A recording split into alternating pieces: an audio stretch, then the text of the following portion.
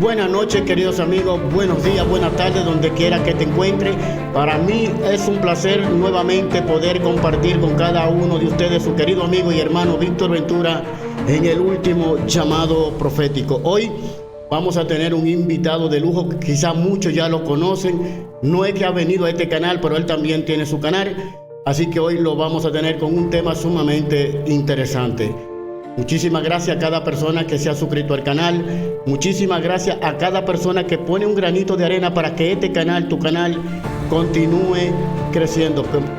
Como siempre te digo, nos vemos en breve. Gran final, último llamado profético, denunciando a Babilonia y anunciando el mensaje de los tres ángeles.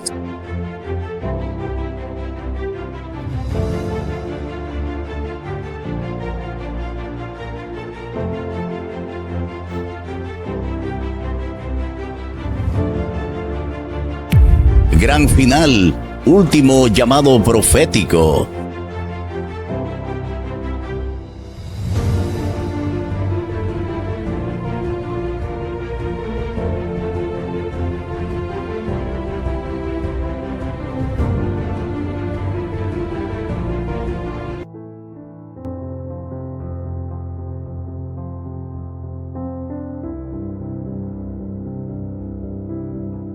Por aquí estamos, queridos amigos, a ley de un clic para poder conocer a nuestro querido hermano invitado de hoy. A ley de un clic. Acá estamos con nuestro querido hermano Emmanuel Vallejo. Emmanuel, muchísimas gracias por compartir con cada uno de nosotros en este canal, tu canal, el último llamado profético, dándote gracias por aceptar la invitación que te hicimos en este canal. ¿Cómo te sientes, mi hermano? Saludos, Víctor, Dios te bendiga, gracias por la invitación y un saludo a toda la audiencia, a todos los hermanos que puedan llegar a escuchar este mensaje. Feliz siempre de poder compartir la palabra de Dios, compartir y testificar el precioso mensaje que Dios nos ha dado, así que esperamos que sea de bendición para cada uno de los que pueda escuchar este tema. Muchas gracias, Manuel. Nosotros cada vez que comenzamos cualquier tipo de actividad en este canal, lo primero que hacemos, Emmanuel, es lo mismo que tú también haces en tu canal, es pedirle al Dios del cielo que sea que nos dé la bendición para que sea Él que no hable en esta hora. Así que te voy a dejar, Emmanuel, para que tenga lo que es la primera oración. Amén. Vamos a orar.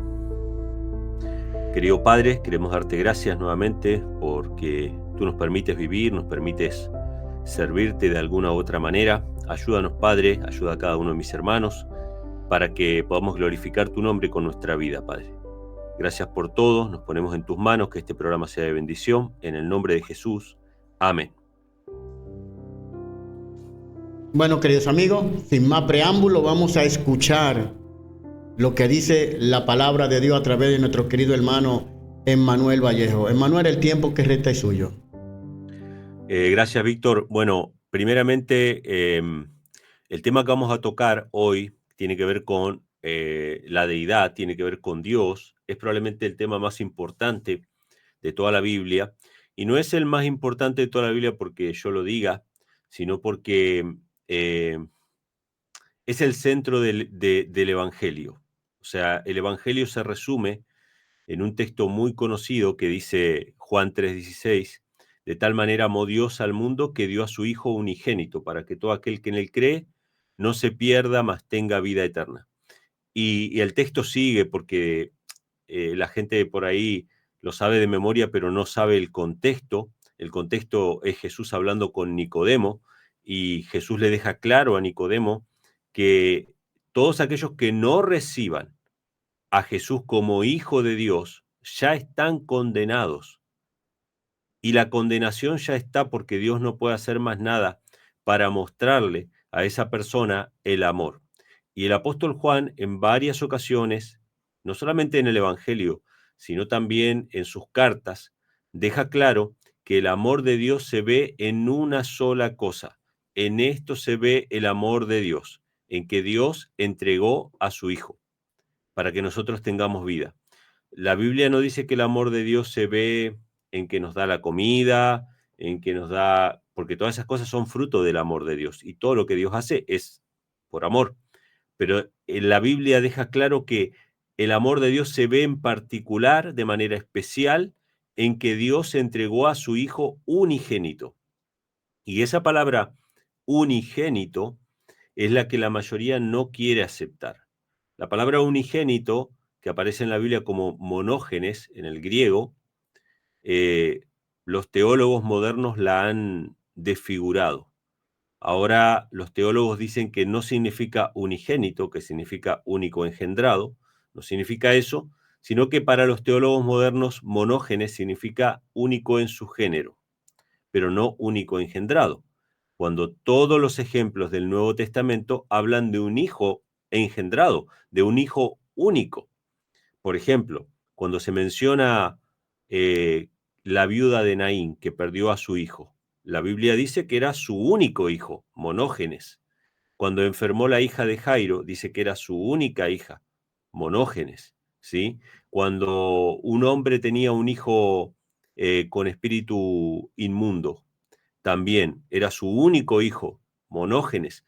Todos los ejemplos, incluso el ejemplo de Abraham, que entregó a su hijo unigénito, todos los ejemplos en la Biblia donde aparece la palabra monógenes significa el único engendrado, el único hijo, un hijo de la propia naturaleza del Padre, obviamente. Y sin duda el ejemplo de Abraham y de Isaac es uno de los más claros que nos muestra la Biblia, de cómo Abraham tuvo que entregar no uno de sus muchos hijos, porque sabemos que Ismael había sido despedido ya de la casa por orden de Dios, que escuchara la voz de su esposa, y ahora teniendo solamente un hijo, que era el hijo de la promesa, que era el único hijo que él debió haber tenido, Dios le pide que lo entregue. ¿Por qué Dios le pide que entregue a su único hijo? Para, para enseñarnos a nosotros el sacrificio que el Padre mismo estaba haciendo por cada uno de nosotros, de entregar todo lo que tenía, ¿sí? Cuando Dios le pide a Abraham que entregue a su hijo, nos está dando una lección del amor que él tuvo para con nosotros. Ahora, si Dios no es como la Biblia dice, si Dios es una Trinidad, y creo que todos saben más o menos lo que significa la palabra Trinidad, ¿sí? Pero si Dios es una Trinidad, como enseña no solamente la Iglesia Católica, las iglesias evangélicas, incluso la Iglesia Adventista, lamentablemente, si Dios es una Trinidad, entonces ese Dios que dio todo lo que tenía, no dio todo lo que tenía. Habían tres personas allí, una tomó el papel de padre, la otra tomó el papel de hijo y la otra el papel de Espíritu Santo. Se decidió que uno bajara a la tierra, y cuando el padre entrega a su hijo, en realidad no está entregando todo lo que tiene. No es el unigénito. Hay otro aparte que es igual que el padre y que es igual que el hijo. Entonces esas palabras de Juan que dicen, de tal manera amó Dios al mundo que dio a su hijo unigénito, que dio todo lo que tenía, pasa a ser una mentira, pasa a ser una simulación. Y por eso este tema de la deidad es tan importante, porque es la reivindicación del amor de Dios, es la manifestación de que Dios nos ama. Y el apóstol Juan dice que toda la vida de Cristo y todos los milagros que él hizo no se podrían registrar, aunque se escribieran un montón de libros que llenaran toda la tierra, no alcanzaría para explicar todo lo que hizo Cristo, pero dice, estas cosas se han escrito para que creáis que Jesús es el Hijo de Dios y creyendo tengáis vida en su nombre. Solamente aquellos que crean que literalmente Jesús es el Hijo de Dios pueden encontrar la vida, porque solamente ese acto de amor del Padre de entregar a su Hijo es lo que conmueve nuestros corazones y nos lleva a creer y aceptar que Dios nos ama y que nos recibe. ¿Nos ama cuánto? Nos ama tanto como a su propio Hijo, porque el precio que pagó por nosotros es la entrega de su propio Hijo. O sea, ¿cuánto vale algo? ¿Cuánto vale algo, un libro que te compras en la librería? Vale lo que tú estás dispuesto a pagar. Así se estipulan los precios en el mercado. En el mercado las cosas valen lo que la gente está dispuesta a pagar por esa cosa. ¿Cuánto vale este libro? Lo que tú estés dispuesto a pagar. ¿Cuánto vale la humanidad? Para Dios, lo que Dios estuvo dispuesto a pagar, que era entregar todo lo que tenía. Ahora, habiendo dicho esto, y siéntete libre, Víctor, para comentar o hacer preguntas, lo que quiera, habiendo dicho esto, entre los adventistas del séptimo día que tienen que volver a ese primer amor, que tienen que volver a esas sendas antiguas, se suele decir que en realidad la iglesia adventista originalmente no era trinitaria, ¿sí? Pero porque venían del error, porque venían de otras iglesias que no eran trinitarias, etcétera, pero que a poco fueron recibiendo la luz sobre la Trinidad, y que Elena G. de White fue dejando ahí pistas o fue dejando comentarios o citas sobre la Trinidad para que posteriormente la iglesia adventista asumiera la doctrina de la Trinidad, que si hay algún adventista que está mirando ahora, sepa que esa doctrina se votó en la iglesia adventista en el año 1980. Yo nací en el 82, o sea que recientemente podríamos decir que los que votaron esa doctrina son contemporáneos con nosotros, o sea, lo votaron pastores que todavía están vivos. Pastores que todavía están vivos hoy, como delegados de la Conferencia General en 1980, votaron la doctrina de la Trinidad. O sea que no era parte de nuestras creencias fundamentales adventistas. Los adventistas no éramos trinitarios. Ahora, fíjense un hecho corroborable, un hecho que ustedes pueden verificar fácilmente. El movimiento adventista fue un movimiento que se creó a base de un montón de iglesias evangélicas y protestantes. Elena G. de White era de una denominación en particular. Ella era metodista. Los metodistas creen en la Trinidad. Y cuando Elena G. White era metodista, los metodistas creían en la Trinidad. Los metodistas son trinitarios desde el comienzo. Entonces, lo que proponen muchos pastores adventistas hoy en día es que Elena G. White era trinitaria, metodista, después se hace no trinitaria, estando con los adventistas del séptimo día, y después Dios le da la revelación de que la Trinidad era verdad. Es algo absolutamente absurdo, inverosímil.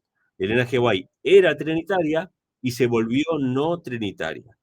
Al revés de lo que nos cuentan los pastores. Los pastores nos dicen, no, lo que pasa es que ella no era trinitaria y después se volvió trinitaria. Mentira. Ella era trinitaria metodista y cuando se hace adventista y estudia con los pioneros adventistas, ella se vuelve no trinitaria como su esposo, que tampoco era trinitario. ¿Sí? Entonces, yo quiero compartir con ustedes una cita del Espíritu de Profecía que está en este libro, Primeros Escritos, ¿sí? De Elena G. de White. El libro Primeros Escritos está lleno de referencias al tema de la deidad. Hermano, ¿le puedo pedir un favorcito? Yo estoy escuchando como unos ruidos. ¿Se podrá silenciar el micrófono y usted lo activa cuando va a comentar y aportar? Para que yo no lo escuche aquí.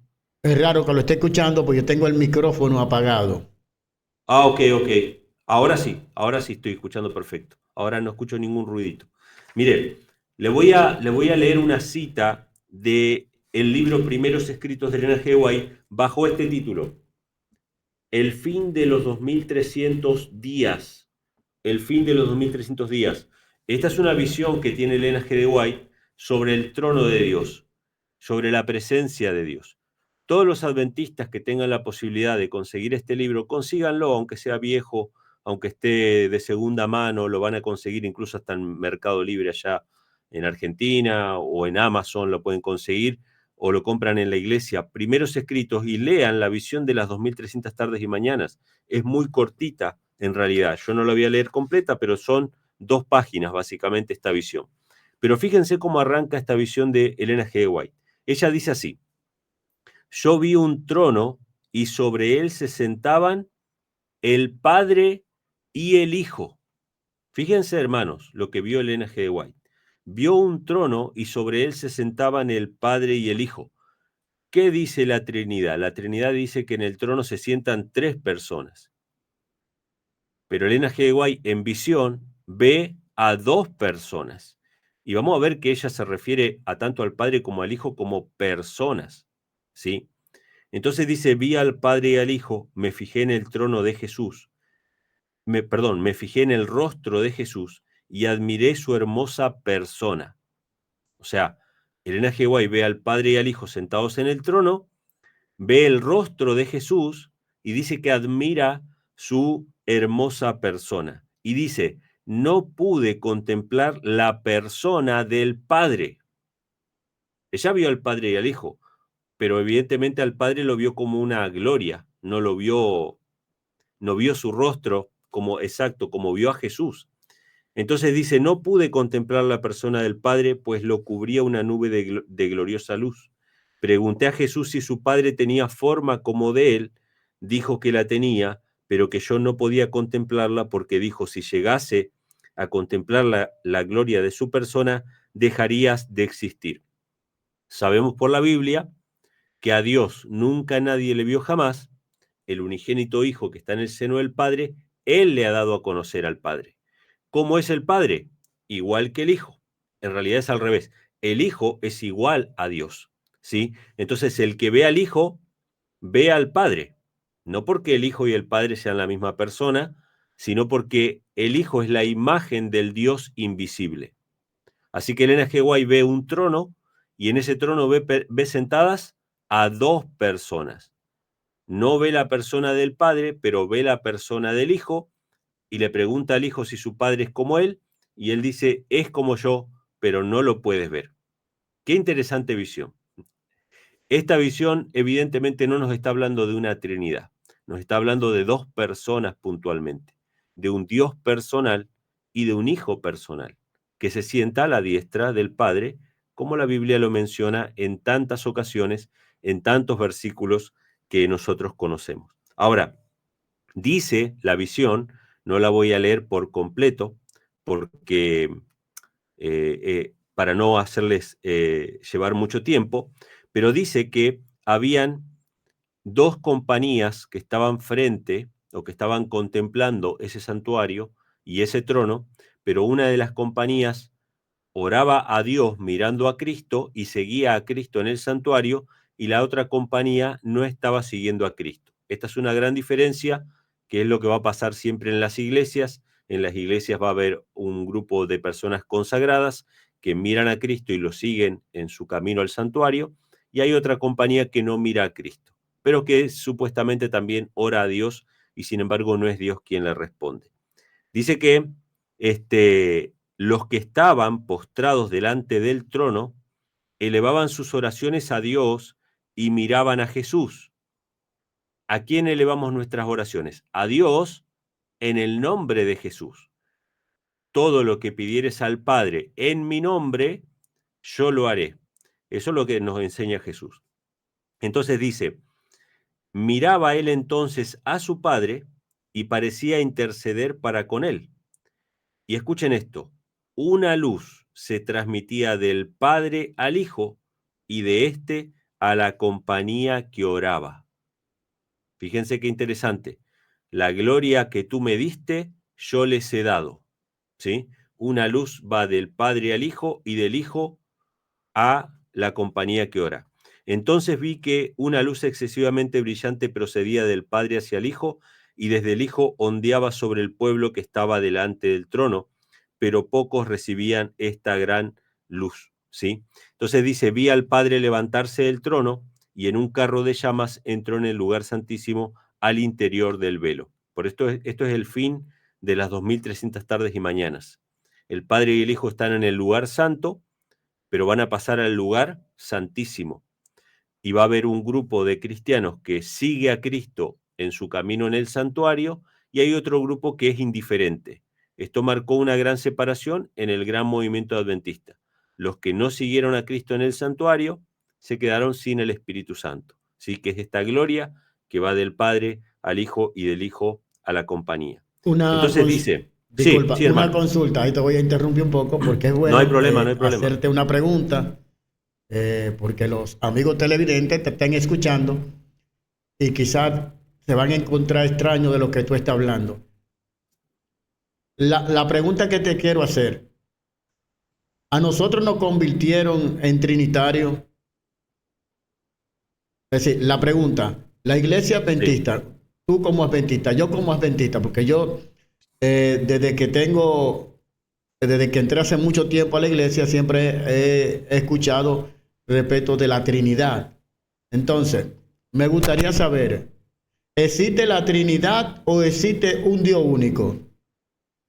la Biblia nos dice claramente, y voy a citar texto bíblico puntual, Deuteronomio capítulo 6, versículos 4 y 5, dice, Oye Israel, Jehová nuestro Dios, Jehová es uno, ¿sí? Y amarás a Jehová tu Dios con todo tu corazón y con toda tu alma. Cuando a Jesús le preguntaron, porque Jesús había venido, ¿no?, a la tierra, el Hijo de Dios, y le preguntaron cuál es el mayor de todos los mandamientos, eso está en Marcos 12, 28 al 31, Jesús dijo, Oye Israel, este es el más grande de todos los mandamientos. Oye Israel, Jehová nuestro Dios, Jehová es uno. Ahora, cuando Jesús dice Jehová es uno, o nuestro Dios es uno, el trinitario va a decir, bueno, es uno, pero adentro está compuesto por tres personas. Pero Jesús no enseñó eso. Jesús dice, por ejemplo, te voy a leer unos textos interesantes. Jesús dice en Juan 8, 54 y 55. Jesús dice, si yo me glorifico a mí mismo, mi gloria nada es. Mi Padre es el que me glorifica, el que vosotros decís que es vuestro Dios. Cada vez que los judíos decían, oye Israel, Jehová, nuestro Dios, es uno, Jesús le dice, ese que ustedes dicen que es vuestro Dios, es mi Padre. Dice, mi Padre es el que me glorifica, el que vosotros decís que es vuestro Dios. Y en Juan 8:42 dice, yo de Dios he salido y he venido, pues no he venido de mí mismo.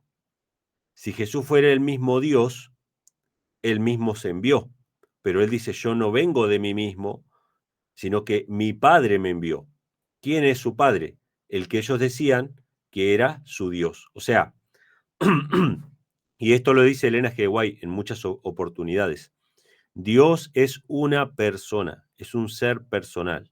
Dios es un Dios personal. ¿A qué se refiere esto? Dios no es tres personas, Dios es una persona. Y Elena G. White lo dice bien claro, Dios es el Padre de Jesús, Dios es el Padre de Cristo y Cristo es el Hijo de Dios. Eso era lo que creían los adventistas originalmente.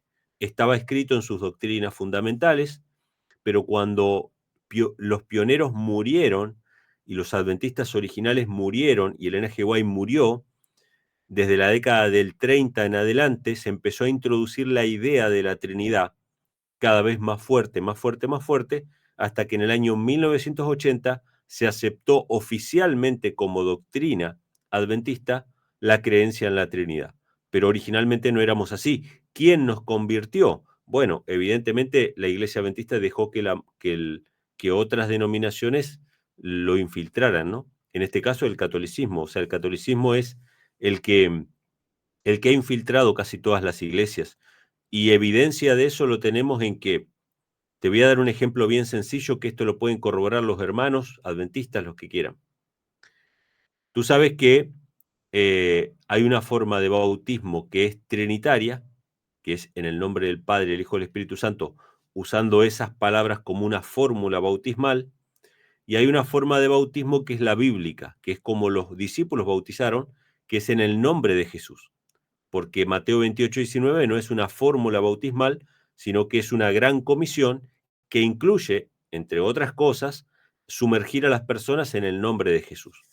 Entonces, hoy día la Iglesia Católica oficialmente dice que reconoce como válido todo bautismo, aunque sea protestante, aunque sea por aspersión o inmersión, siempre y cuando sea hecho en el nombre de la Trinidad.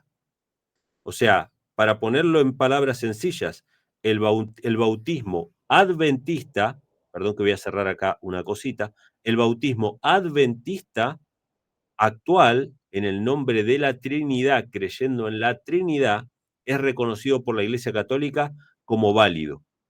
¿Dónde está la secta aborrecida? No hay ninguna secta aborrecida. Ahora, cuando hablamos de no trinitarios, yo les puedo hablar, hermanos, de que es los adventistas del séptimo día no trinitarios, son la secta aborrecida, porque constantemente reciben el mote de herejes, arrianos, etcétera, etcétera, etcétera. O sea, y así era como eran los cristianos adventistas originales. Los adventistas originales no creían en la Trinidad y por eso estaban separados de todas las denominaciones protestantes tradicionales. Los protestantes, los adventistas originales eran aborrecidos por el resto, justamente, entre otras cosas, aparte del sábado y otras cuestiones, porque no creían en la Trinidad. No creían en la Trinidad. Entonces, este era el concepto original que tenían los pioneros y esa religión obviamente fue cambiada, ¿no? Emmanuel, tú estás diciendo entonces que en el capítulo de Mateo 28, Sí, el último verso, que creo que es el 20, que dice el 19. bautizándolo en el nombre del Padre, del Hijo y del Espíritu Santo. Sí, ¿Tú crees? Yo he escuchado, te hago la pregunta porque es muy interesante, que ese versículo lo introducieron los católicos cuando tradujeron la Biblia. Más o menos, escuché a alguien que dijo que hay algunos versículos que no están y que la Iglesia Católica lo introdujo. Tú estás diciendo entonces que el versículo del capítulo 28, el 20, que el habla, 19. y en serio, que es trinitario, porque habla del Padre, bautizándolo en el nombre del Padre, del Hijo y del Espíritu Santo. Sí, pero en realidad yo no creo, o sea, te voy a ser bien claro con esto y está buena la pregunta para hacer la aclaración. Yo no creo que sea un texto añadido. Mateo 28:19 simplemente es un texto mal comprendido. Y voy a dar la explicación pertinente ahora. Em, no es lo mismo que Primera de Juan 5:7, por ejemplo. Primera de Juan 5:7 es un texto añadido, claramente añadido, pero no es porque lo digo yo.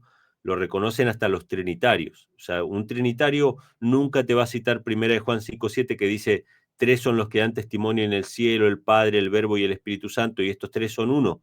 Ese texto, que está en Primera de Juan, fue agregado, ¿sí?, como un comentario marginal en la Vulgata Latina, una Biblia en latín, una de las primeras Biblias, digamos, más populares, y después pasó a formar parte del texto, pero es un comentario marginal. Lo sabía Lutero, lo sabían los pioneros adventistas, Elena G. White no lo cita nunca jamás a ese pasaje, porque obviamente sería una falsa profeta si estuviera citando probablemente ese texto. Entonces, ese es un texto añadido, y si ustedes van al comentario bíblico adventista, en los tomos azules del comentario bíblico, y van a 1 de Juan 5:7, el mismo comentario dice que esa fue una introducción que se hizo y que no es parte del texto de Juan. Eso es aparte. Mateo 28:19 no tiene nada que ver, simplemente es un texto mal interpretado, y voy a explicar por qué. Porque cuando Jesús manda a predicar a todas las naciones y a enseñar, obviamente les manda a predicar para que las personas se arrepientan, y esto lo podemos ver nosotros en Hechos capítulo 2, que dice, arrepentíos y bautícese cada uno de vosotros en el nombre del Señor Jesús para recibir perdón de los pecados, para perdón de los pecados y recibiréis el don del Espíritu Santo. Eso está en Hechos. Esa fórmula de bautismo se da en todo Hecho de los Apóstoles. El arrepentimiento es para con Dios el Padre, pero ese arrepentimiento es por medio del bautismo y de ser sumergidos o sepultados con Cristo, y después de ser sepultados con Cristo, reciben el don del Espíritu Santo. Y en esas tres etapas de la misión, de la predicación, se cumple la gran comisión de Mateo 28:19, que es en el nombre del Padre, del Hijo y del Espíritu Santo, porque esos tres poderes o esas tres agencias van a obrar en salvación para el ser humano. Y eso está correcto y está perfecto.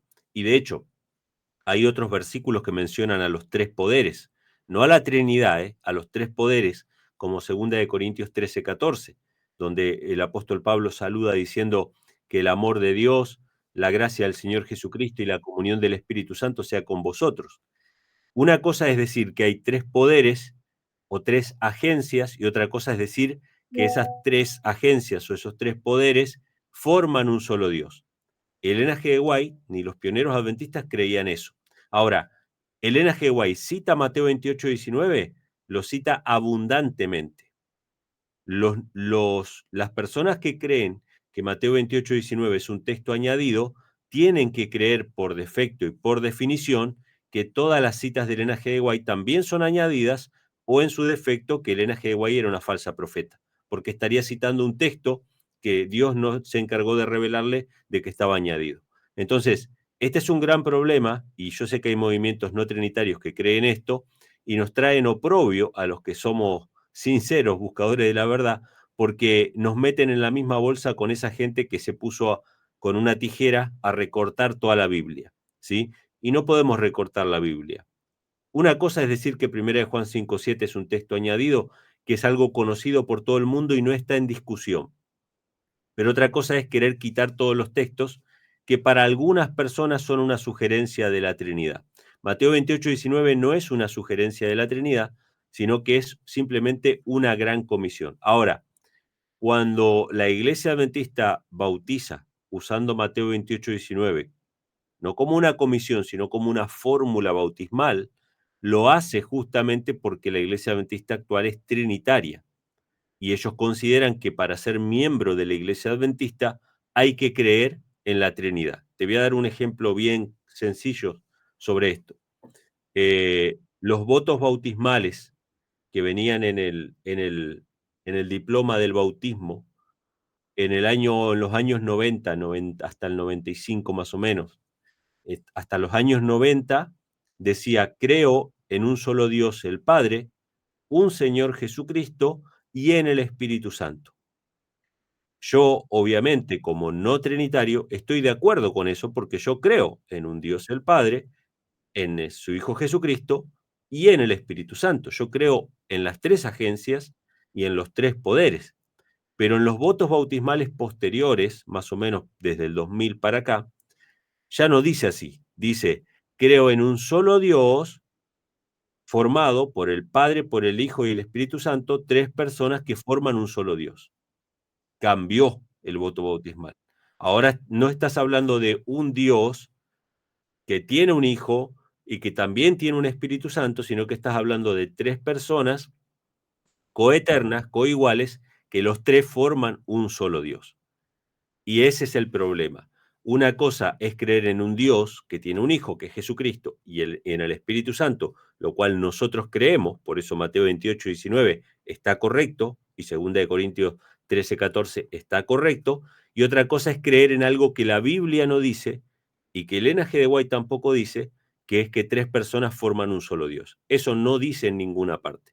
No lo dice la Biblia, no lo dice el Espíritu y Profecía, no lo creían nuestros pioneros de ninguna manera, sino que ellos creían que la Trinidad era una desfiguración del Dios verdadero, ¿sí? Entonces, eso es lo que te puedo decir con respecto a eso, ¿no? Bueno, muy buena explicación, porque tú sabes que cuando uno como predicador y uno ahora que está en nuestro canal y que siempre uno busca personas para que los televidentes puedan tener una comprensión más de las Sagradas Escrituras, uno a veces escucha personas hablando. Un ejemplo te digo porque lo escuché en un canal esto, y por eso te lo pregunté. Yo tenía una idea, pero no es bueno yo nunca hablo de esto, sino siempre busco una persona experta en el tema. Un ejemplo, tú eres experta en este tema de lo que es la Trinidad. Te quiero hacer otra pregunta. Sí. Porque van a quedar los hermanos a decir: ¿cómo puede ser que no han enseñado a nosotros que son tres en uno? Y ahora Manuel en el canal El Último Llamado Profético dice que no es así. Bueno, te hago esta consulta o esta pregunta. Solamente hay un Dios. ¿Cómo podemos poner ese Dios que sabemos? Ya explicaste un poco de los tres poderes, que yo entiendo lo que tú estás diciendo, que son personas individuales. Eso tenemos que entender eso, que eso de los tres poderes aquellas personas que no entienden, y quizás que no van a entender lo que Emmanuel dice, es que son tres poderes, pero en uno. Es decir, son tres personas divididas con el mismo poder, con la misma autoridad, eso es lo que tú crees, y con la misma autoridad, pero que son independientes entre ellos, y que cada uno es como si fuéramos tú y yo, que tenemos un mismo pensamiento, un mismo poder, y que tenemos un mismo razonamiento. Más o menos eso es lo que tú quieres decir cuando hablas de los tres poderes. Mira, déjame resumírtelo de una manera lo más claro posible, ¿no? Bueno, no estamos hablando de tres que forman uno, no estamos hablando de uno dividido en tres, estamos hablando de un padre literal, o sea, la fuente de todo es el Padre. Por ejemplo, te voy a citar una visión muy conocida, Daniel capítulo 7. Hay un anciano de días sentado en un trono. No hay teólogo, ni pastor, ni nadie, por más que sea trinitario, unicitario, lo que fuera, que pueda discutir que ese anciano de días que se sienta en el trono es el Padre. Nadie va a decir que ese es el Hijo. Estamos claros con eso. O sea, el anciano de días que se sienta en su trono y que delante de él los libros son abiertos, sin dudas, es el Padre. Y después aparece un segundo personaje que es uno semejante al Hijo del Hombre, viniendo en las nubes del cielo, que es puesto delante del anciano de días. Un mediador, un intercesor. Ninguna persona va a discutir que ese que está ahí, ese Hijo de Hombre, es Jesús. O sea, tenemos a una persona que es el Padre, una persona que es el Hijo. Como lo leímos recién en la visión de Elena G. de White, un Dios y Padre, y a su diestra un Hijo. Tenemos otra visión en Apocalipsis 4 y 5. Tenemos un trono y hay uno sentado en el trono, que tiene un rollo en la mano. Nadie va a discutir que ese que está sentado en el trono es el Padre. Y después se acerca delante de él un cordero como inmolado que es digno de tomar el rollo. Nadie va a discutir que ese que se presenta delante del Padre y es digno de tomar el rollo, semejante a un cordero inmolado, es Cristo. ¿Por qué en una visión aparece como un mediador, como un hombre, y en otra visión aparece como un cordero? Básicamente porque Cristo es sacerdote y cordero a la vez. O sea, Él es la ofrenda de expiación. Pero en ambos casos se habla de un mediador entre Dios y los hombres. ¿Qué nos dice la Biblia? Para nosotros hay un solo Dios, el Padre, y un Señor Jesucristo. Hay un solo Dios y un solo mediador entre Dios y los hombres, Jesucristo hombre. Estamos hablando de dos personas puntualmente y un Espíritu Santo que le corresponde tanto al Padre como al Hijo. Pero ese Espíritu Santo no es una especie de poder impersonal. Tiene una personalidad. Es la personalidad de Cristo, pero tiene una personalidad. Intercede por nosotros con gemidos indecibles. ¿Por qué? Porque Él se compadece de nuestras debilidades y nos ayuda en nuestras debilidades, dice Romanos capítulo 8. ¿Por qué el Espíritu intercede con gemidos indecibles? Porque nos ayuda en nuestra debilidad. ¿El Espíritu Santo de la Trinidad compartió nuestra debilidad? No. El Espíritu Santo bíblico sí compartió nuestra debilidad, porque el Espíritu Santo bíblico es Cristo. La Biblia presenta que el Espíritu Santo es llamado Espíritu de Cristo en muchas ocasiones. Por ejemplo, el apóstol Pedro dice en el capítulo 1, en 1 Pedro capítulo 1, dice que los profetas que hablaron de esta salvación, etcétera, inquirieron lo que el Espíritu de Cristo que estaba en ellos le revelaba. Entonces el Espíritu Santo es llamado Espíritu de Cristo. Espíritu de Cristo.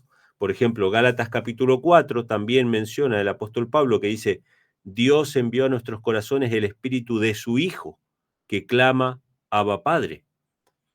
Romanos capítulo 8 también menciona que el Espíritu Santo es Espíritu de Dios, Espíritu Santo, Espíritu de Cristo, Cristo en vosotros. Todo eso se menciona. Entonces, ¿qué es el Espíritu Santo? El Espíritu Santo es el Espíritu de Cristo. Entonces tenemos dos personas puntualmente, por eso la visión está importante. Hay dos personas, pero el Espíritu Santo también está como un tercer poder si queremos llamarlo como una tercera persona también, pero procede del Padre y del Hijo. Déjame que lea un pedacito. Estoy en la misma visión, pero ahora, sí, Dame un segundito. sí, Para que tú abunde un poco más. Lo que voy a hacer ahora es sí, para que tú abunde un poco más. Porque hay personas, estaba buscando el texto bíblico, tuve una controversia con una persona trinitaria. ¿Me entiendes? Y me sí, dio este texto bíblico. Escucha, sí, en Isaías, Isaías 9, que tú lo conoces de memoria, pero lo quiero leer, lo conocemos. Isaías 9:6 dice, porque un niño no es nacido, un hijo no es dado, y el principado sobre su hombro, y se llamará su nombre admirable, consejero, Dios fuerte, y Padre eterno y príncipe de paz. ujú, Eh, Te dejo para después explicar lo que me dijo. sí, ¿Cómo podemos debatirle a un trinitario cuando, viste cómo habla, un niño no es nacido, ujú, Padre eterno, príncipe de paz? Entonces dice, es un hijo, está hablando de Jesús, sabemos que es de Jesús. sí, sí. Perfecto. Ahora, ¿cómo podemos debatir o no debatir, sino explicar el texto bíblico a un trinitario? Es que en realidad no hay nada que explicar, porque todo lo que dice Isaías 9:6 se aplica a Cristo. De hecho, a menos que los trinitarios crean como la unicidad o los unicitarios que creen que el Padre y el Hijo es la misma persona. Un trinitario no cree eso. Un trinitario cree que el Padre es una persona, el Hijo una persona, el Espíritu Santo otra persona, pero los tres forman un Dios. Pero si ellos creen así, no pueden tomar literalmente de que Jesús sea el mismo Padre, por ejemplo, porque ahí el texto dice un niño nos es nacido, hijo nos es dado, será llamado su nombre, admirable consejero, Dios fuerte, Padre eterno, príncipe de paz. Todos esos títulos le pertenecen a Cristo. Cristo es llamado Dios fuerte, Dios sobre todas las cosas, Dios con nosotros, Dios manifestado en carne. Todos esos títulos le pertenecen a Cristo porque Cristo es divino como el Padre. Ahora, lo que la Biblia nos dice es que Cristo tiene un Dios por encima de él. Cristo, aunque es Dios, aunque es divino, voy a dar un ejemplo sencillo, ¿no? En Hebreos capítulo 1, el Padre le dice al Hijo, tu trono, oh Dios, trono de justicia. Le dice el Padre al Hijo, ¿eh? Entonces, el Hijo es llamado Dios, pero un versículo más abajo dice, por tanto, te ungió el Dios tuyo, con óleo de alegría más que a tus compañeros. O sea, Jesús es Dios, sí, en tanto y en cuanto es divino como el Padre, pero Jesús tiene un Dios que está por encima de él, que es su Padre. Y Jesús lo dice esto en el Evangelio de Juan, dice, voy a mi Padre y a vuestro Padre, a mi Dios y a vuestro Dios. Yo puedo decir que Jesús es Dios, sí, claro, porque es divino, pero Jesús tiene un Dios por encima de él. Ahora, pregunta que yo hago, ¿el Padre tiene un Dios? No, el Padre no tiene nadie por encima de él. Y Jesús dice claramente, mi Padre es mayor que yo. Y si ustedes leen este libro, en el capítulo que se llama La caída de Satanás, ¿sí? En este libro, en el capítulo que se llama La caída de Satanás, Elena G. White dice que después del Padre venía Cristo y después de Cristo venía Lucifer en el cielo antes de encarnarse, para que nadie diga, no, pasa que Jesús como se encarnó se sometía al Padre. No, se sometía al Padre allá en el cielo también, antes de encarnarse. Entonces, Jesús era el segundo en autoridad en el cielo y Lucifer era el tercero en autoridad en el cielo. Y Satanás tuvo celos de Jesús porque el Padre, al único que le consultó para crear a toda la humanidad y a crear este mundo, fue a Cristo. El Padre le dijo a su Hijo, hagamos al hombre a nuestra imagen, y Satanás, que era el tercero, tuvo celos de Jesús. Entonces, Isaías 9:6, no hay nada que debatir, a menos que obviamente nos enredemos en debatir argumentos creados de la nada. Te voy a dar un ejemplo de un argumento creado de la nada.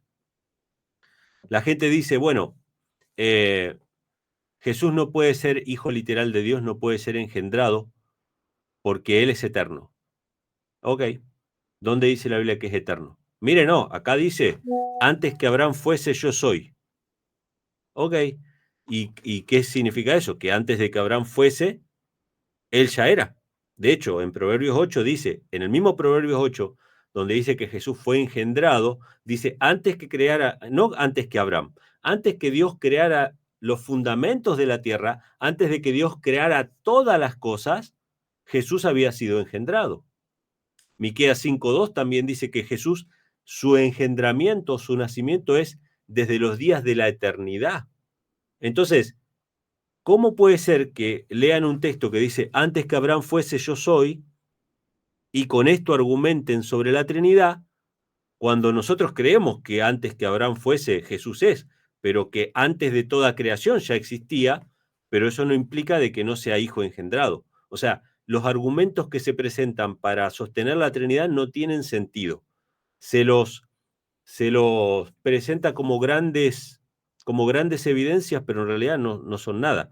Que a Jesús le digan Dios fuerte, Padre eterno, príncipe de paz y todas esas cosas están correctas, están dentro de lo que nosotros creemos y no son fundamento de la Trinidad en absoluto. Un fundamento de la Trinidad sería un texto que diga que 3 personas forman un Dios. No hay nada, ni en la Biblia ni en el Espíritu de Profecía.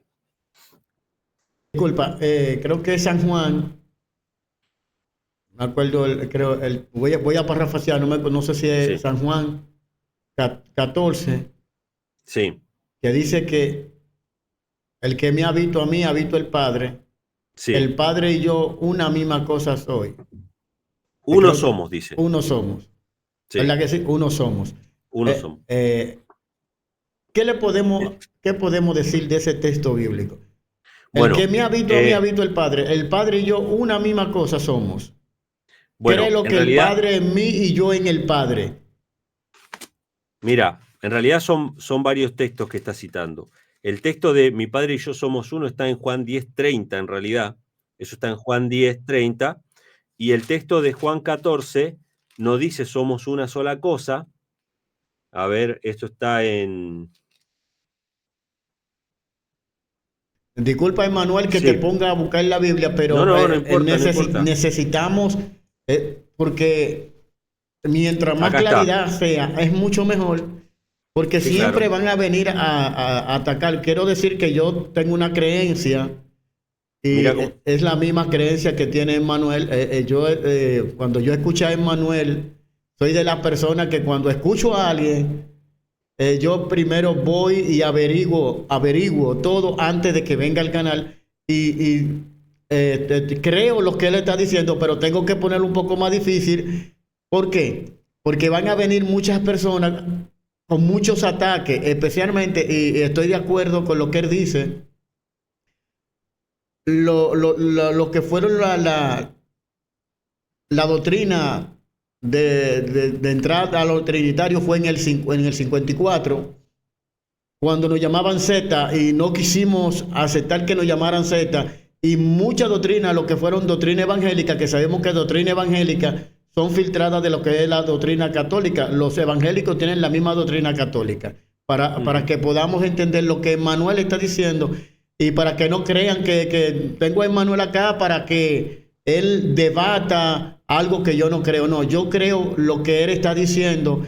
Y es bueno que usted que va a mirar este programa entienda que han habido mucha doctrina que han entrado a nuestra iglesia y que nosotros la hemos aceptado simplemente porque los pastores lo dicen, por no ir a averiguar lo que dice la Biblia y lo que dice los libros de profecía. Emmanuel. Sí, el texto, hay 2 textos. Uno es Juan 14:8, que dice, Felipe le dice, muéstranos al Padre. Dice, tanto tiempo que estoy con vosotros, aún no me has conocido. El que me ha visto a mí, ha visto al Padre. ¿Cómo pues dice tú, muéstranos al Padre? Y fíjense cómo dice, no creéis que yo soy en el Padre y el Padre en mí. Las palabras que yo os he hablado no las hablo por mí mismo, sino que el Padre que mora en mí, él hace las obras. O sea, él dice que el que me ve a mí ve al Padre, pero después inmediatamente dice, yo soy en el Padre y el Padre en mí. Y dice, yo no hablo por mi propia cuenta, sino que el Padre que mora en mí, él hace las obras. O sea, deja claro de que aunque hay una unidad perfecta, una unidad estrecha, no son la misma persona, no son el mismo ser, sino que el Padre mora en él, así como Dios, así como Cristo quiere morar en nosotros, ¿sí? Y en Juan 10:30, que dice, mi Padre y yo somos uno, eso se responde fácilmente con Juan 17. En Juan 17 Jesús ora al Padre y le dice, Padre, que estos, o sea, que los cristianos, sean uno como tú y yo somos uno, ¿sí? Entonces, el Padre y el Hijo son uno de la misma manera que nosotros podemos llegar a ser uno. No vamos a formar un solo Dios, todos los discípulos junto con el Padre y con el Hijo. No, no somos un solo Dios en ese sentido, sino que estamos en un mismo espíritu, en un mismo carácter, en un mismo propósito. De la misma manera es que el Padre y el Hijo son uno. Son uno en carácter, en propósito, y en este caso son uno en naturaleza también, porque Jesús es el único ser que es divino como el Padre. Es el único ser en todo el universo que comparte con el Padre la naturaleza divina, y por eso es que Él es unigénito. Es el único que tiene, entre comillas, los genes del Padre. Ahora, el Padre comparte con nosotros y nos hace participantes de la naturaleza divina, pero eso es que Él nos extiende para que seamos participantes. Pero Jesús es por naturaleza, desde que salió del Padre, antes de que todas las cosas fueran creadas, por naturaleza lleva la carne y la sangre, entre comillas, estoy diciendo carne y sangre del Padre. Por eso es que vemos, Manuel, sí, lo que tú quisiste decir ahí, nosotros, para que podamos entender, porque muchas veces hay que explicar algunas cosas, sí, nosotros nunca vamos a llegar a ser divinos. no, pero somos hechos participantes de la Pa- naturaleza divina. el- Sí, lo digo porque ahí tú sabes que eso fue lo que Satanás metió en el Edén, que íbamos a sí, ser sí, como claro. Dios. Entonces hay que tener mucho cuidado. Lo que él está diciendo es cierto. El único que se habla en la Biblia que es divino y que comparte la divinidad con el Padre Jesús. Nosotros Exacto. somos participantes juntamente por Cristo. Ujú. El Padre le dio el don a Cristo para que nos lo diera a nosotros, y por el amor de Cristo, entonces nosotros vamos a ser participantes, porque Cristo es el que se hizo humano, y por eso nosotros Ujú. vamos a ser parte del reino divino de Dios, el Padre y Cristo. Exacto. Mira, voy a leerte un parrafito más nada más de esta cita. Yo les invito a los hermanos que lo lean completo, pero esta es la parte más interesante. Ella vio al Padre, al Hijo, vio al pueblo de Dios, algunos seguían a Cristo, otros no seguían a Cristo, pero los que seguían a Cristo, dice, elevaban su fe hacia Él en el lugar santísimo y rogaban, Padre mío, danos tu Espíritu. Acá aparece el Espíritu Santo. Primero habíamos dicho el Padre en el sentado, el Hijo sentado, solamente dos personas, pero acá aparece el Espíritu Santo. Entonces Jesús soplaba sobre ellos el Espíritu Santo. En ese aliento había luz, poder y mucho amor, gozo y paz. Fíjense, hermanos, ¿de dónde venía el Espíritu Santo? ¿Era una tercera persona sentada en el trono? No, salía de Cristo. Cristo soplaba sobre ellos el Espíritu Santo. ¿Está en la Biblia esto o no? Claro que está en la Biblia. Jesús le dijo a los discípulos, reciban el Espíritu Santo, y sopló sobre ellos, está en el Evangelio de Juan, no recuerdo si el capítulo 20. Entonces, Jesús sopla el Espíritu Santo, da su propia presencia, su propio aliento. Y en la oración de Juan 17, ustedes lo pueden ver, el Padre en mí, dice Jesús, y yo en ellos, para que seamos perfectos en unidad. De la misma manera que el Padre estaba en el Hijo quiere estar en nosotros. ¿Qué es que el Hijo esté en nosotros? Cristo en vosotros, la esperanza de gloria. Ya no vivo yo, sino que Cristo vive en mí. Recibir el Espíritu Santo es recibir a Cristo en el corazón. Pero la Trinidad dice, no, no, no. Usted no tiene que recibir a Cristo, usted tiene que recibir a otro que no es Cristo, que no es el Padre, y le tiene que abrir su corazón a un tercero que no es el Padre y que no es Cristo. Pero la Biblia y el Espíritu y Profecía nos dicen que cuando recibimos el Espíritu Santo, recibimos el Espíritu de Cristo. Ahora, la visión continúa, y voy a leer una partecita más, porque después que el pueblo de Dios le pide a Dios, danos tu Espíritu, y después que Jesús sopla sobre ellos su propio Espíritu Santo, la otra compañía que no estaba siguiendo a Cristo también pidió el Espíritu Santo. Pero fíjense cómo dice. Dice, vi a la compañía, a la otra, ¿no? alzar las miradas hacia el trono y orar, Padre, danos tu espíritu. La misma oración. La oración anterior era igual, Padre, danos tu espíritu. Satanás soplaba entonces sobre ella una influencia impía. En ella había luz y mucho poder, pero nada de dulce amor, gozo ni paz. Fíjense, hermanos, o recibimos el Espíritu Santo, que es Jesucristo, es la presencia de Cristo, o vamos a estar recibiendo otro espíritu que no procede del Padre, que no procede del Hijo, que es otro espíritu que tiene la capacidad, según esta cita, de transmitir luz y poder, pero nada de dulce amor, gozo ni paz. En el Espíritu Santo verdadero hay amor, luz, poder, gozo y paz. En el Espíritu Santo falso, que es el de Satanás, el que sopla Satanás, hay luz y poder, pero no hay amor, gozo y paz. Sí, hermano. Ok, otra consulta. Hablando del Espíritu Santo, Jesús dice, si mal recuerdo, creo que en el capítulo 15 de San Juan, dice, es bueno que yo me vaya para que venga el Espíritu de Dios. Y porque van a hablar de esto. Ujú. El Paracleto, uno como Sí, yo, ¿verdad que sí? Entonces, sí, me conviene que yo me vaya para que venga el Espíritu Santo, el Espíritu de Dios.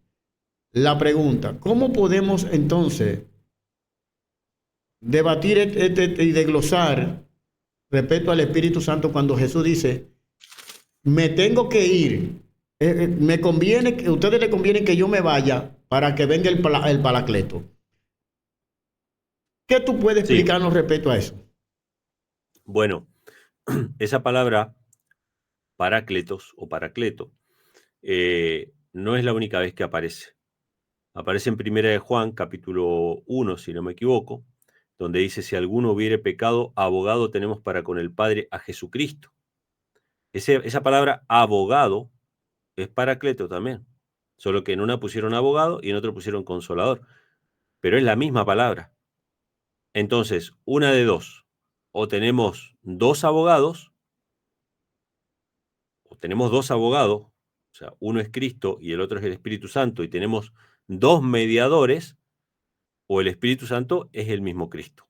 O sea, es el mismo Cristo, pero de una manera diferente, de una forma diferente. Ahora ya no es con ustedes, sino en ustedes. Cristo no quiere estar solamente caminando con nosotros, sino que Cristo quiere estar en nosotros. Y eso lo dice el mismo capítulo 14, dice el versículo 15, si me amáis, guardad mis mandamientos, yo rogaré al Padre y os dará otro consolador. Y acá es donde ellos dicen, ven que es otro. Si es otro no puede ser Cristo. Pero Cristo no está hablando de otro en el sentido de una persona diferente, sino de otra manera, de otra forma. Si ustedes van, por ejemplo, esa palabra que está ahí, que es alos en griego, ¿sí? No es como, por ejemplo, hétero. Hétero en griego es otra cosa diferente. Alos tiene que ver más con de otra manera, de otra forma. Un ejemplo sencillo, cuando cuando Saúl, al principio de su llamado, recibió el Espíritu Santo, que fue y profetizó con los profetas, dice que recibió el Espíritu Santo y fue cambiado en otro hombre. Esa palabra en la Septuaginta, que es la Biblia griega, aparece como alos también. Él fue cambiado en otro hombre, pero no es que era otra persona, otro ser, sino que básicamente había tenido otra experiencia y ahora era otro hombre en ese sentido. Cuando la Biblia nos habla del otro consolador, es porque Cristo antes estaba con su pueblo también, antes de encarnarse. El Espíritu Santo era el Espíritu de Cristo, lo dice el apóstol Pedro, que era el que inspiraba a los profetas. Pero ahora Cristo tuvo una experiencia diferente, que fue venir a la tierra, hacerse hombre, conocer las debilidades del ser humano y ser perfeccionado para ser un abogado y un mediador delante del Padre, conociendo nuestras debilidades, y ahora nos da otro consolador, de otra manera, que es su presencia. Pero fíjense cómo lo dice, el mismo capítulo 14 lo aclara. Dice, yo rogaré al Padre y os dará otro consolador para que esté con vosotros para siempre. El Espíritu de verdad, a quien el mundo no puede recibir porque no le ve ni le conoce, pero vosotros le conocéis porque mora con vosotros y estará en vosotros. O sea, ¿cómo es que ellos lo conocían? ¿Y cómo es que moraba con ellos?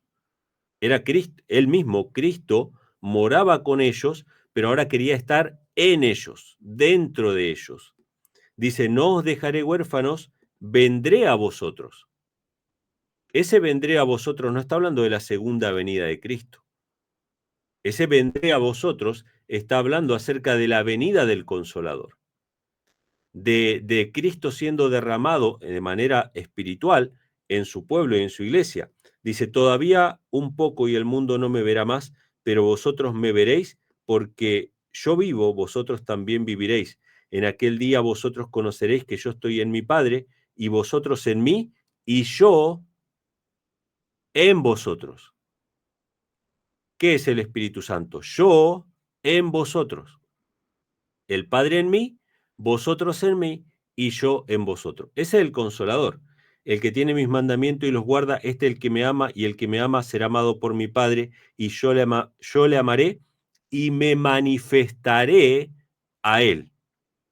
Jesús lo dice 3 veces seguidas. Después de mencionar el otro Consolador, dice, vendré a vosotros, yo en vosotros, me manifestaré en vosotros. Pero los pastores trinitarios que engañan al pueblo solamente le leen otro, hacen un edificio, un castillo de arena con la palabra otro e ignoran todo el contexto de lo que dice el resto de la palabra, ¿sí?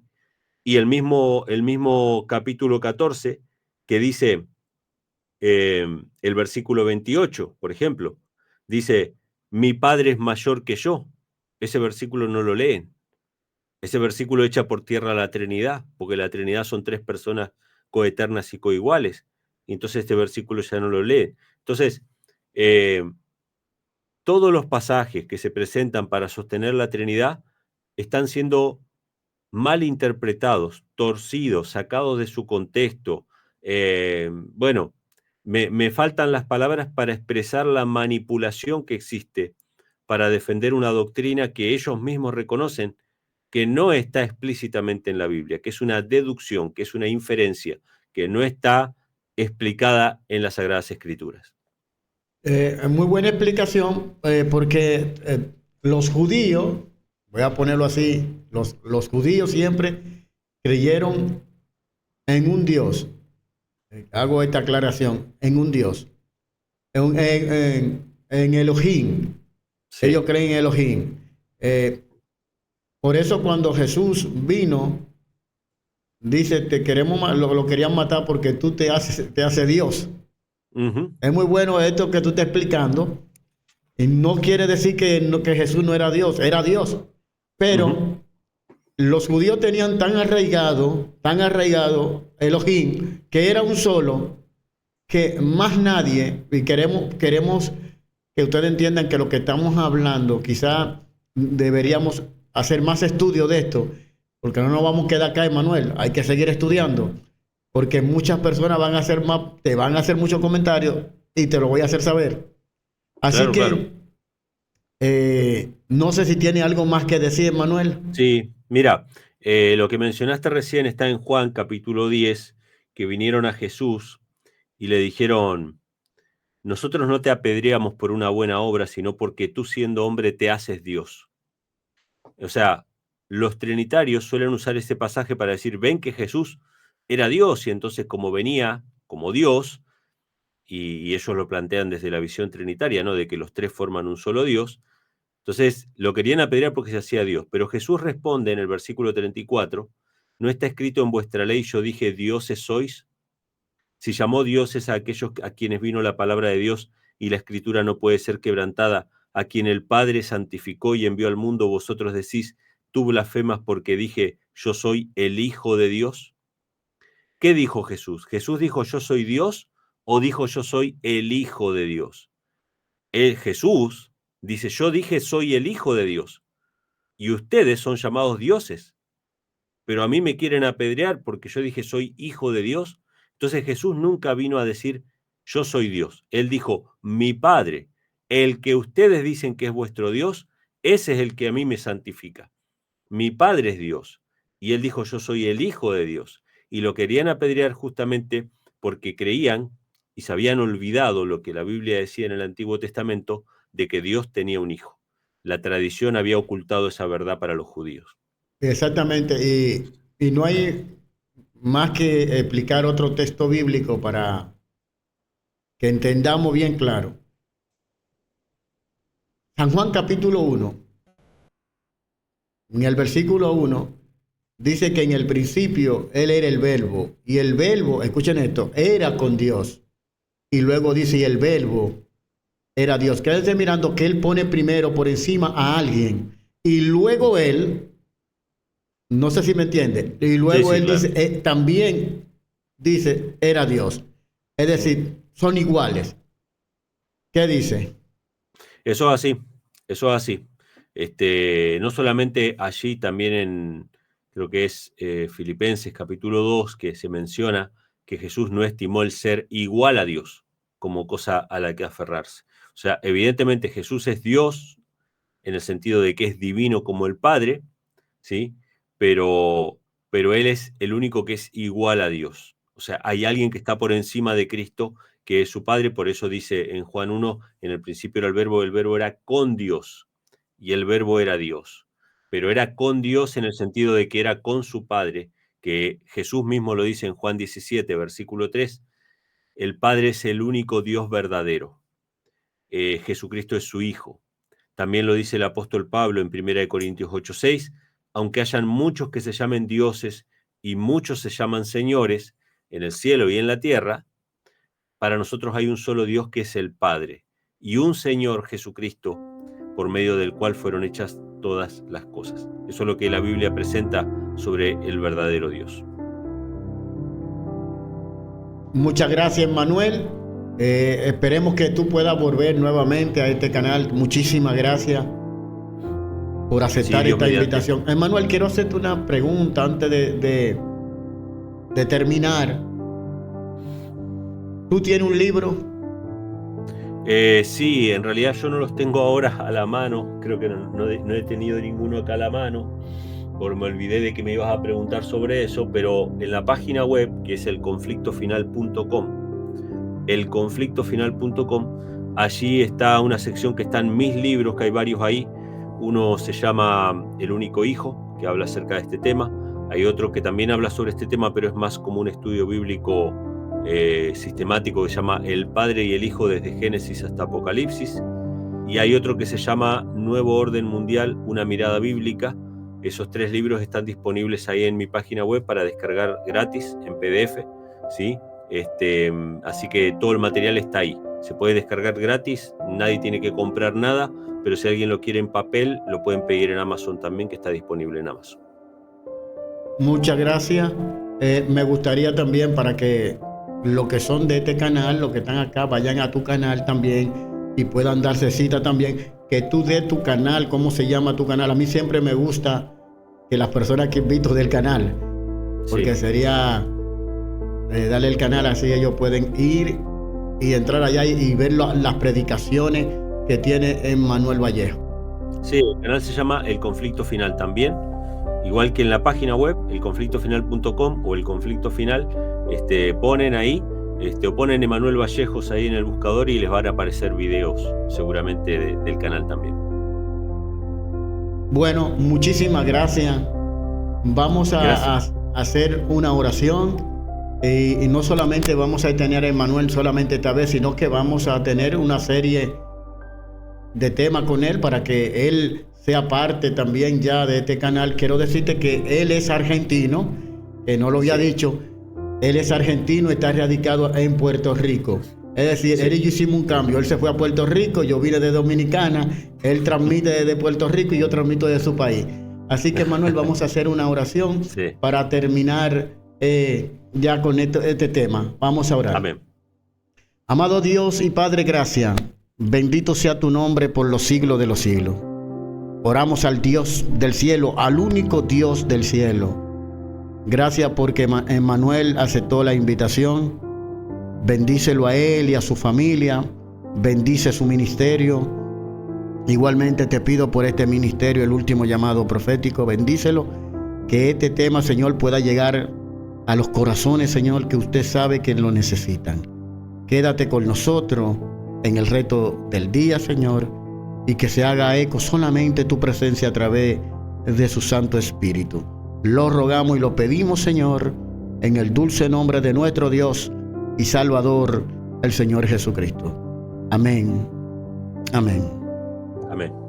Muchísimas gracias, Emmanuel. A ti. Muchísimas gracias a cada uno de ustedes que van a mirar este video. Suscríbanse al canal, denle me gusta y compártalo con otro para que la verdad presente pueda llegar a más personas. Como siempre te digo, hasta una nueva entrega. Chao. Gran final, último llamado profético, denunciando a Babilonia y anunciando el mensaje de los tres ángeles.